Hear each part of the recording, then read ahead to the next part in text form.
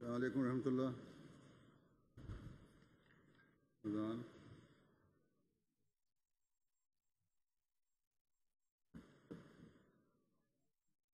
अल्लाहु अकबर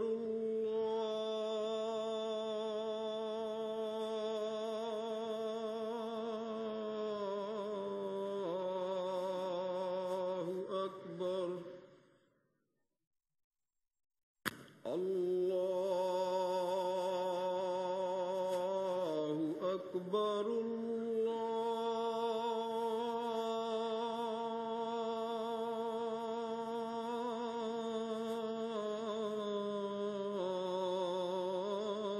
अल्लाहु अकबर। अशहदु अल्ला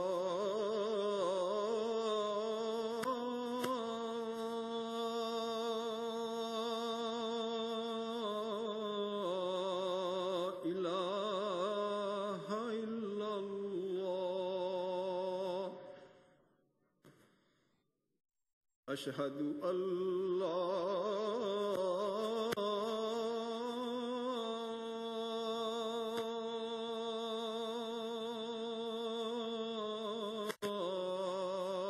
इलाहा इल्लल्लाह। अशहदु अन्ना मुहम्मदर रसूलुल्लाह।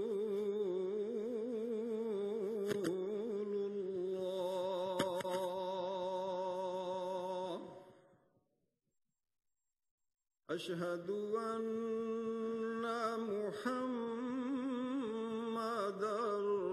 रसूलुल्लाह।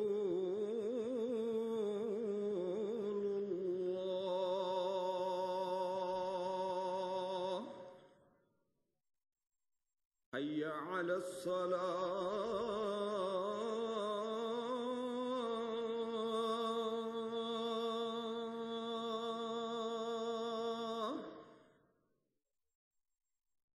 हय्या अलस्सलाह।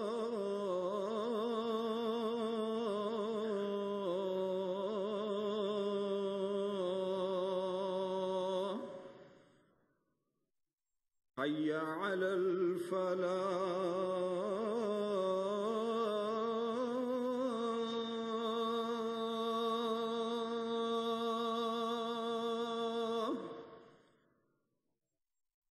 हय्या अलल फलाह।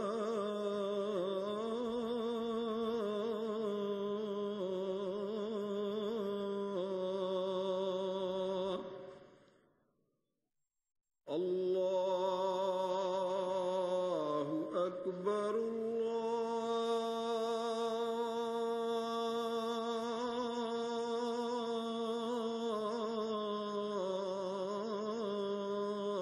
अल्लाहु अकबर। ला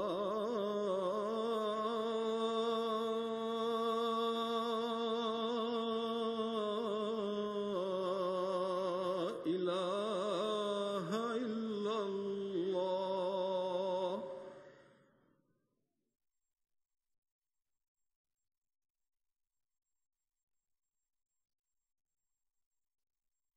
अस्सलाम वालेकुम रहमतुल्लाह।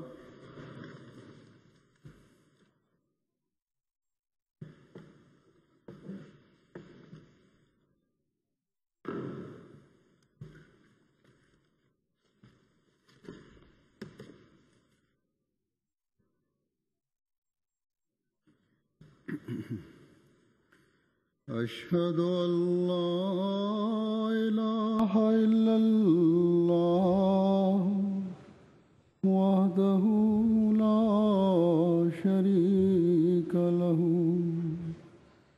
وأشهد أن محمدا عبده ورسوله أما بعد فأعوذ بالله من الشيطان الرجيم بسم الله الرحمن الرحيم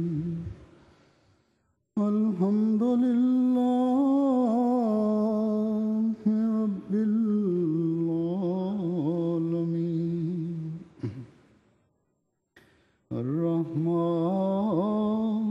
الرحيم مالك يوم الدين إياك نعبد وإياك نستعين اهدنا الصراط المستقيم صراط الذين أنعمت عليهم غير المغضوب عليهم ولا الضالين.